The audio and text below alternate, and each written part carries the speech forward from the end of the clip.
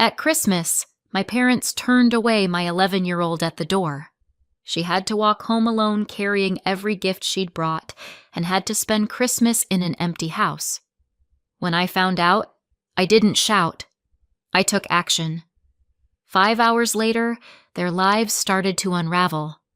I got home late on Christmas night expecting an empty house, because my kid was supposed to be at my parents' place. Big dinner, cousins, and the sleepover she'd been talking about for days like it was the main event of the century. Instead, the first thing I noticed was the smell. Something burnt. Not toast got away from you burnt. More like someone tried to make something special, and it didn't go the way they planned. I stepped into the kitchen and saw it immediately. A pan on the stove with something dark in it. A plate on the table. A little trail of crumbs like someone had been moving around quietly, trying not to make noise. And then I saw what made my stomach drop all the way through the floor. Her shoes. Her coat. My 11-year-old was home. "Emma?" I called. "Hey," she answered right away. She was sitting at the kitchen table in the same clothes she'd worn when I dropped her off earlier, shoulders tucked in tight like she was trying to take up less space in her own house. Not crying, not dramatic, just small. I stared at her for a second, trying to make reality line up. "You're supposed to be at Grandma and Grandpa's," I said. "I know." Her voice was too flat, like she'd practiced it. "Why are you here?" I asked, and I kept my tone calm on purpose. She blinked slowly. They turned me away." I didn't understand that sentence at first, like my brain refused to accept it. "Turned you away?" I repeated. "At the door." Her fingers tightened around the edge of the plate. "They said there wasn't enough space." I stared at her. "Space for what?" She looked at me like I'd asked why snow is cold. "For me." And that's when I noticed the gifts. All of them. Neatly lined up by the entryway, bags upright, tags still attached, tissue paper still fluffed like she couldn't stand the idea of them looking messy, even now. The gifts she'd been so proud of. The gifts we dropped off with her. Back home. My throat tightened. "Why are the gifts here?" Emma swallowed. They didn't want them." My chest went cold.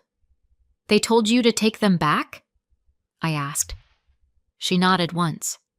I looked at her face, trying to keep mine steady, and asked the question that really mattered. "Why didn't you call me?" Her eyes flicked down. "My phone had died," she whispered. "I asked Grandma if I could use theirs. Like, the house phone." "And?" I asked, even though I already knew. "She said no," Emma said, and her voice cracked on the last word. "She said it would just make it harder. And you were busy." "Busy. Right." "And then Grandpa said I should just walk home," she added, like it was the most normal solution in the world. "Because it's not far." I just stared at her. It's not far when you're an adult who knows the neighborhood, when you're not carrying gift bags that dig into your hands, when you're not 11 and it's Christmas and every window you pass has people inside. "How long did you walk?" I asked. "Maybe 20 minutes," she said quietly. I didn't really know which way at first, because we always drive. Something sharp moved under my ribs and stayed there. I glanced back at the stove, then at the plate in front of her. "And this?" I said softly. "You tried to cook?" Her cheeks flushed like she'd been caught stealing. "I got hungry," she whispered. "And I wanted to, I don't know, make it feel like Christmas." That landed harder than the door turning away. "I watched a video," she added quickly. "I tried. It just burned." She pointed at the pan. "It's fine. I opened the window."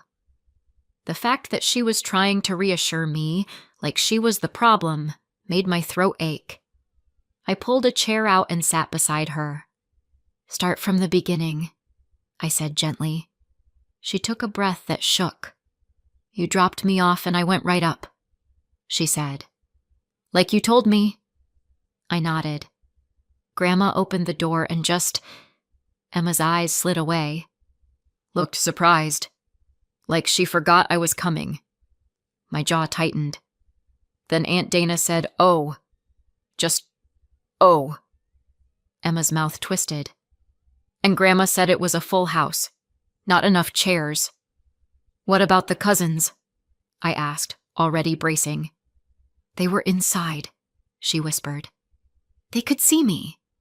She swallowed hard and pushed through anyway. Logan laughed and said my dress looked like a curtain. The word curtain came out bitter. And nobody stopped him? I asked carefully. Emma shook her head. Grandpa said, "Let's not start drama." I let out a short breath through my nose because dry humor is what happens when rage is too big to hold. Right, because letting an 11-year-old come inside would have been a real scene. Emma gave a tiny, miserable half-smile. It disappeared immediately. I tried to give Grandma her gift, she whispered. The one I made. My eyes snapped to her. The ornament? She nodded, and tears finally slipped out like her face got tired of pretending. I put her name on it, she said, and she didn't even touch it. She just said, "Not now." A sob hit her like a hiccup. She turned her face away fast, embarrassed by her own feelings like she was the one being inappropriate. I slid my arm around her shoulders and pulled her close. She leaned into me immediately, like she'd been holding herself upright on stubbornness alone. "I'm sorry," she whispered into my sweater. "No," I said, steady. "You don't apologize for this." She sniffed. "I ruined Christmas." "You didn't ruin anything," I said. "They did." She wiped her face with her sleeve and stared at the plate. "I tried," she whispered. "I really tried." And that was the whole heartbreak in one sentence. She tried to create Christmas for herself in an empty house because the people who were supposed to love her decided she didn't deserve a chair. I didn't shout. I didn't call my mother and start a screaming match. Emma didn't need to hear that. She didn't need to feel like she caused a war. So I swallowed it. Every sharp word. I held Emma a little tighter. And in my head, something clicked into place. I didn't make a scene. I took action. 5 hours later, their life started to fall apart. I wish I could tell you my parents became like this overnight. It would be comforting in a way, like they caught a virus called entitlement and woke up one morning unable to recognize their own granddaughter. But this wasn't new. It just finally had the audacity to show its face in public. My sister Dana was always the favorite. Not in the subtle parents love you differently way, in the openly distributed scoreboard on the fridge way. Dana was older, louder, easier for them. She was the kid they wanted. I was the kid who showed up later like an unexpected bill. When I was little, my mother used to say things like, "You're so much work." The way some people say, "This suitcase is heavy." Not cruelly, worse, casually, like it was a fact of nature. Like needing care was a character flaw. By the time I was old enough to understand tone, I understood mine. Burden. And then I got pregnant. Young. Unplanned. The father barely qualified as present for the part where you need an actual human being. He was around just enough to make promises and then vanish like smoke. I never walked into my parents' house and asked them to fund my life. I didn't have the energy for it. I was too busy being terrified. But they treated me like I'd already sent them an invoice. My father's first reaction was, "So what? We're supposed to pay for this?" My mother's was, "You're ruining this family." As if my pregnancy had personally set fire to their curtains. They bought me a onesie once. One. My mother held it up like she'd sponsored a small village. "See?" she told relatives. "We help her." Then she went back to her life. Dana, of course, played the part of concerned sister. She would show up with advice and disappear the second anything required actual effort. She'd cry when it made her look good. She'd talk about sacrifices she never made. I moved out. I raised Emma alone. I postponed college. I worked an office job because I needed steady hours and a paycheck that didn't bounce. I took evening classes when I could, the kind where you eat dinner out of a plastic container in your car and pretend that's normal. It wasn't glamorous. It was survival. And if I'm honest, survival suited me better than begging. The one person who didn't treat me like a mistake was my grandmother, Ruth. She never asked why I wasn't more careful. She never made me apologize for needing help. She just showed up in the ways she could. Grandma wasn't perfect. She was blunt. She was frugal to the point of comedy. She once told me, "If you buy something full price, you deserve what happens to you," like it was a moral principle. But she was love, in a family that treated love like a limited resource. As she got older, she developed leg issues, pain, weakness, the kind that makes short distances feel like mountains. She could still think clearly. She could still roast you with one sentence. But moving around became harder. And my parents? They acted like she was inconvenient. They'd call her to check in and then brag about it. They'd visit once a month, take a photo, and post it with captions like, "Family is everything." Then they'd leave and not come back. Dana was the same. If Grandma was a person, Dana forgot she existed. If Grandma was an inheritance, suddenly Dana cared deeply. I was the one who drove Grandma to appointments, the one who brought groceries, the one who learned how to help her safely so she wouldn't fall when she stood up. I even took a short caregiving course because I was tired of feeling like I was guessing with someone I loved. It saved money. It made me useful. It made Grandma feel less helpless, which mattered more than any certification. And the more time I spent with her, the more I noticed something uncomfortable. My parents treated Grandma the way they treated me, like a burden, like a task, like a thing you tolerate until you can go back to your real life. Meanwhile, Grandma helped them, financially, quietly, the way she did everything, without fanfare, without splashing it around. At some point, my parents moved into a house that everyone in the family referred to as the house Grandma gave them. That phrase became gospel. Grandma gave them the house. Grandma gifted it. Grandma wanted them to have space for family. My parents started speaking about it like it was theirs by divine right. And after they got it, they visited Grandma even less. It was almost impressive, the way they treated generosity like a completion stamp. Like once Grandma gave them something, she had no further value. Grandma, meanwhile, lived in a small rental by choice. She said it was easier, less to clean, less to worry about. She didn't want a big place to manage by herself. She liked comfort, not attention. And that's why Christmas mattered. Grandma couldn't join the big celebration this year. Her legs were worse. The idea of a crowded house and stairs and chaos was too much. My parents didn't offer to go to her. They didn't offer to bring dinner. They didn't even offer to FaceTime her until I suggested it. So I chose her. And I chose Emma too, by letting her have the big family Christmas she'd been dreaming of. My parents' house was always fancy and organized, the way Emma loved. Kids' friends invited, games, cookies, a cousin's sleepover that felt like a rite of passage. Emma put her whole heart into those gifts. She saved.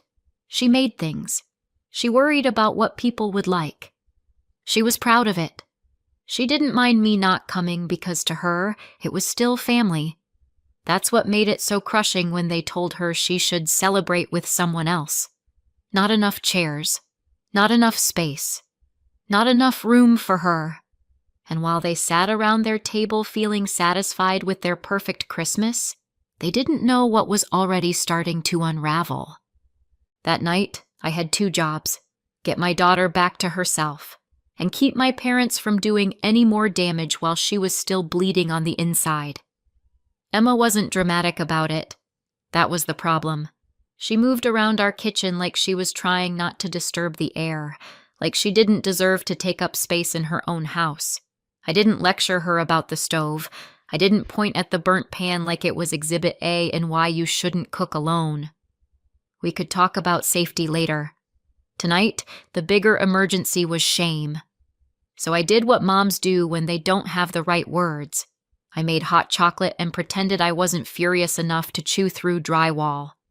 Extra marshmallows, because trauma is not the time to practice moderation. Emma sat at the table with her mug between her hands like it was the only warm thing left in the world.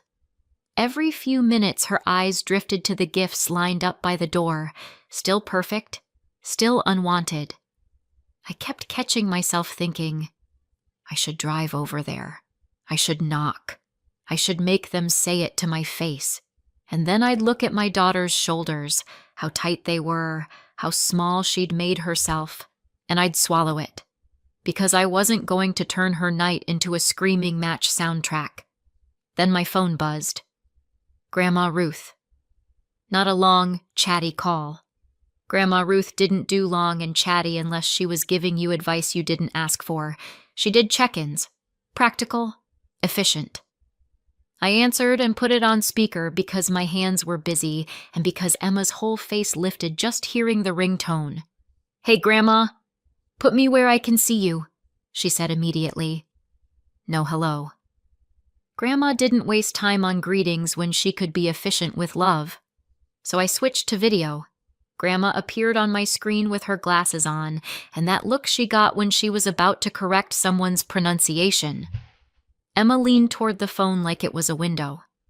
Merry Christmas, Great-Grandma, she said, trying so hard to sound normal that it made my throat tighten. Grandma's face softened. Merry Christmas, sweetheart.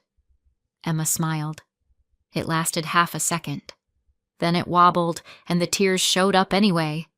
Quiet, stubborn tears she didn't want anyone to see. Grandma didn't miss it. Grandma never missed it. What happened? She asked, calm but sharp, like her brain had already started putting pieces together. Emma glanced at me with that kid panic. Don't get anyone in trouble.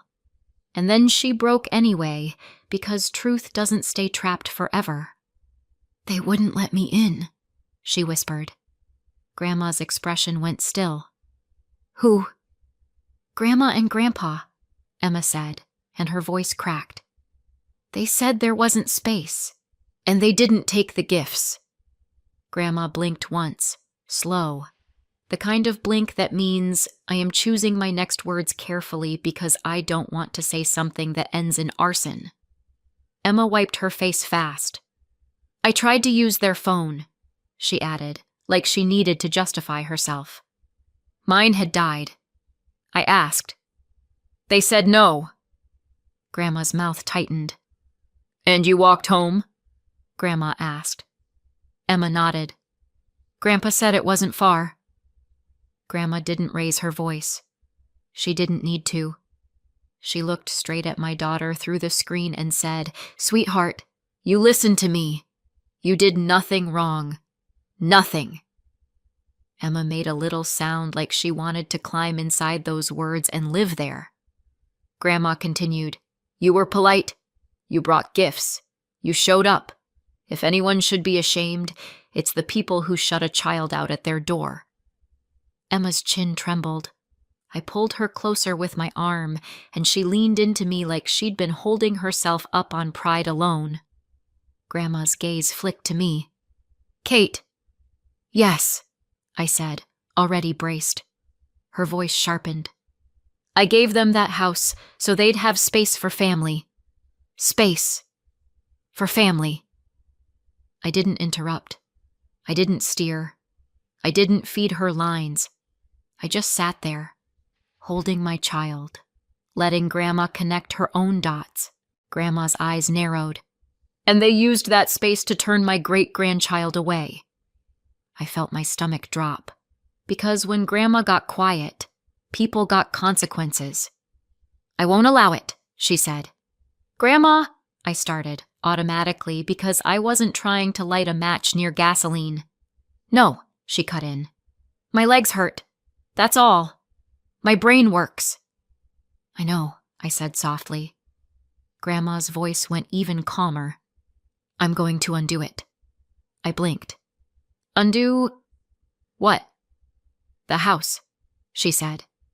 I stared at the screen. Grandma, you can't ungift a house. Grandma's lips twitched, barely. You'd be surprised what you can do when people don't read paperwork. It sounded like a riddle. It sounded like a promise.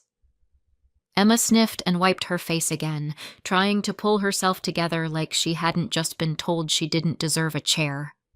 Grandma softened toward her. Finish your cocoa, she ordered gently. And next Christmas, you'll be where you belong. Emma nodded, small and careful. We ended the call a minute later.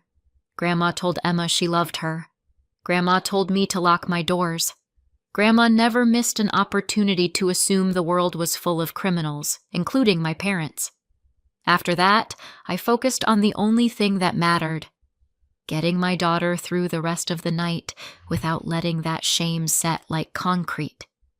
We watched a movie. We sat under a blanket. Emma fell asleep in that exhausted way kids do when they've held themselves together for too long. And then, before midnight, before my brain could even finish processing Grandma's paperwork comment, my phone rang again. Mom. I answered, and she didn't even inhale first. What did you do? No hello. No, is Emma okay? Just pure, panicked rage. I held the phone away from my ear. What are you talking about? Don't play stupid, she snapped. Grandma called us. On Christmas. She's saying the house isn't ours and we have to move out. My stomach dropped, hard. What? I said, genuinely. You think this is funny? She shrieked. While we were all celebrating, you went over there to poison her against us. I didn't. You're a snake, she spat. You've always been jealous. You've always wanted what we have. I stared at the dark kitchen, at the burnt pan, at the gifts lined up like a silent witness. I don't know what Grandma told you, I said carefully, but I didn't plan anything. I didn't even know. Oh, please, my mother snapped. You've been circling her like a vulture. Something in me went cold and clean. My daughter came home tonight, I said, low. She was turned away at your door. She walked home alone with gifts you refused to take. There was a pause. Half a second of silence where I could almost hear her brain searching for a way to make that not matter. Then she hissed, Don't change topics. Of course. You excluded a child, I said. On Christmas. We didn't have enough chairs, she snapped. And she was fine. You're raising her to be dramatic, just like you. She stood outside your door, I said, each word controlled. And you wouldn't even let her use your phone. My mother's voice rose. You should have kept her with you then. You're the one who abandoned her. The audacity was almost impressive. And then she said it, like it had been sitting on her tongue for years, waiting for a reason. We should have excluded you a long time ago. Like Emma's Christmas was just collateral damage in a larger project, punishing me for existing. I said quietly, You're not going to rewrite what you did. My mother laughed, sharp and ugly. You think you've won? You think Grandma is stable? Then, in a voice that made my skin crawl, she added, We'll handle her. The line went dead. I stood in my kitchen, staring at my phone like it had turned into an animal. Grandma had said she would undo something. My mother was terrified. My daughter was asleep down the hall with tear tracks still faint on her face. And I still didn't understand how any of this was possible, only that something had started moving and my parents were already trying to grab the wheel. The next morning, I called Grandma Ruth. No answer. I called again. Nothing. That by itself didn't send me into a panic spiral immediately. Grandma was many things. Tech-savvy wasn't one of them. Sometimes she'd leave her phone in a drawer and forget the drawer existed. But it didn't sit right in my stomach. I tried again. Still no answer. Emma came into the kitchen rubbing her eyes, hair sticking up like she'd fought a pillow and lost. "Did Great-Grandma call?" she asked softly. "No," I said, keeping my voice light. "Not yet." Emma's mouth tightened. "Is she mad at me?" My heart clenched. "No, baby. No, none of this is your fault." Emma nodded like she wanted to believe me, but shame doesn't disappear because you tell it to. "We're going to go see her," I said. "Okay. We'll bring her the cocoa mix she likes." Emma's face softened a little. "Okay." We drove to Grandma Ruth's place mid-morning. It was quiet, like the world was still recovering from Christmas. I knocked, waited, knocked again. No answer. I tried calling her from the porch. Still nothing. "Maybe she's sleeping," Emma offered. "Maybe," I said, but my hand was already moving to my keyring. Grandma had given me a spare key for emergencies, and her definition of emergency included, if I don't answer my phone and you get annoying. I unlocked the door and stepped inside. The apartment was too quiet. Not old person napping quiet. Empty quiet. I moved through the living room, calling her name. No response. Then I saw what was missing. Her wheelchair wasn't by the wall where it always was. The blanket she used every night was gone from the chair. A small bag by the door. Gone. My breath caught. Emma's voice came from behind me, small. "Where is she?"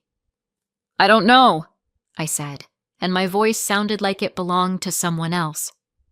I walked outside, hands shaking now, and went straight to the neighbor across the hall. She opened the door in her robe, hair in a clip, that exact face people make when they're about to say something they know you won't like. "Oh, honey," she said before I could even speak. "Your mother was here." My stomach dropped. "When?" "Early," she said. "Like, morning early. I was taking my trash out. They had a car down front." "Did Grandma go with them?" I asked, and I hated how my voice sounded. Too controlled, too polite, like I was asking about a package delivery. The neighbor hesitated. "They had her chair. Your mother was talking fast. Your grandmother didn't look happy." "Did she say where they were taking her?" I asked. The neighbor shook her head. "No, I didn't hear that part. I'm sorry." Of course she didn't. People like my mother don't announce where they're taking you when you don't have a choice. I thanked the neighbor because I'm apparently the kind of person who says thank you while her life is imploding. Then I walked back into Grandma's apartment and stood there for half a second, trying to decide how to breathe. Emma was by the doorway, gripping the cocoa mix box like it was a weapon. "Did they?" she started. "I don't know," I said. And then, because she's 11 and her brain goes places, I added immediately, "She's alive. She's okay. We're going to find her." I did not believe my own calm voice. I just needed her to borrow it. I called my mom, straight to voicemail. I called again. Voicemail. I called my dad. Voicemail. I stood in the hallway outside Grandma's place, staring at my phone like if I glared hard enough it would start behaving. Emma tugged my sleeve. Maybe they took her to their house? That was the first sensible idea anyone had said all morning. So we drove. The whole way there, I kept checking my mirrors like the world had suddenly become unsafe in a way I couldn't name. Emma sat quietly, eyes fixed on her lap, and I could feel her trying to be good so I wouldn't fall apart. When we pulled into my parents' driveway, I didn't even turn the engine off the normal way. I just killed it and got out. I knocked. Hard. My mother opened the door like she'd been expecting me, and her face was already set for battle. "Where is Grandma?" I said. Her eyes narrowed. "Lower your voice." I stared at her. "Where is Grandma?" "She's fine," my mother snapped. "And you're not barging in here to upset her." "I'm not here to argue," I said, and my voice did that cold thing it does when I'm trying not to explode in front of a child. "I'm here to see my grandmother." My mother stepped into the doorway like a bouncer. "After what you did?" "I didn't do anything," I said, "except come home to my kid sitting alone with burned food because you wouldn't let her inside." "Don't start," my mother hissed. "I'm not starting," I said. "I'm finishing." Emma stood behind me, very still. My mother glanced at her and then looked away like eye contact might make her feel something. "Your grandmother is resting. She doesn't need your drama." "Then let her tell me that," I said. "Let me hear it from her." My mother's lips pressed tight. "No!" That single word was the moment everything changed. Not because I expected my mother to be reasonable. I've met her, but because she was blocking me from even seeing Grandma. That's not family drama. That's control. I pulled my phone out again and dialed 911. My mother's face twisted. "Are you serious?" "Yes," I said, and I didn't blink. "I'm serious." She made a sound like I was embarrassing her, which, honestly, was a nice break from her usual hobby of embarrassing me. I told the dispatcher exactly what I knew. My grandmother was missing from her home. Her mobility equipment and belongings were gone. My mother had taken her early that morning, and my family was refusing to let me confirm she was okay or even speak to her. I didn't give a speech. I didn't theorize. I just gave facts. Emma's hand slid into mine while we waited. Small, cold, trusting. When the officers arrived, my mother immediately switched into her "I pay taxes" voice. "Oh, good," she said brightly, like this was a neighborhood meeting. "There's been a misunderstanding." The officer didn't smile. "We need to see your grandmother." My mother's face tightened. "She's resting." "We still need to see her," he said. Same tone. Not rude. Not negotiable. My mother stalled just long enough to make my heart bang against my ribs. Then she stepped aside like she was being personally oppressed. Grandma was in the back room, in her wheelchair, blanket across her lap, eyes sharp. The second she saw me, something in my chest unclenched so hard it almost hurt. Relief hit first, then anger, right behind it. Emma made a small sound and moved forward before I could stop her. Grandma reached out and took her hand like she'd been waiting for that specific proof of life. "There you are," Grandma said, voice rough. Emma nodded, tears already forming. "I thought you were mad." Grandma's eyes flashed. "I'm mad at the right people." One of the officers crouched down a little. "Ma'am, are you okay? Are you here because you want to be?" Grandma didn't hesitate. "No!" My mother jumped in. "She's confused." Grandma turned her head slowly and said, "If you interrupt me again, I'm adding it to the list." The officer looked back at Grandma. "Do you want to leave?" "Yes," Grandma said. "Now." My mother's mouth opened, closed, opened again. It was like watching someone realize their favorite puppet learned how to cut strings. The officers didn't lecture anyone. They didn't do a courtroom monologue. They just made space. Literally and figuratively. They made it clear Grandma could leave.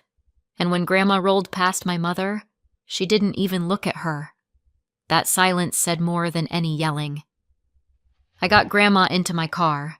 Emma climbed in beside her without being asked and held her hand like she was anchoring her to the planet. Grandma looked at me and said, "Call my lawyer." Grandma called her lawyer. He agreed to see us that day. I drove. Her lawyer didn't dress it up. He looked at me and said, "Here's what your family has been calling a gift." He slid a folder across the desk. "The house isn't in your parents' names," he said. "It's owned by Grandma's living trust. Your parents were listed as beneficiaries, meaning they were set to receive it after Grandma dies. But while Grandma is alive, she can change the beneficiaries." My stomach dropped. "So they've been acting like it already belongs to them." "They've been acting like a lot of things," Grandma muttered. Her lawyer didn't even blink. "Grandma can also change how her other assets are distributed. Her savings, her accounts, all of it. Same idea. Beneficiaries can be updated." Grandma tapped the arm of her wheelchair. "Good, because they don't get a reward for turning a child away at the door." He asked Grandma a few straightforward questions, calm, respectful, just confirming she understood what she was signing and that no one was pressuring her. Grandma answered like she was personally offended the world required proof she still had a brain. Then he printed what needed printing. Grandma signed. Witnesses signed. Pages were initialed. And just like that, the names my parents thought were carved in stone weren't. My name went where theirs used to be. Emma's future was protected right alongside it, because Grandma wasn't just angry, she was deliberate. Emma sat close the whole time, quiet, holding Grandma's hand like she was afraid someone would drag her away again. When it was done, Grandma looked at her lawyer and said, "Now, I want them kept away from me." He nodded once, already reaching for another set of documents. "We'll put that in writing too, and we'll start the process to get them out of the house." Grandma turned her sharp gaze on me. "I gave them space," she said. "They used it to shrink a child." Emma's eyes filled, but this time she didn't look ashamed. She looked relieved. Grandma squeezed her fingers.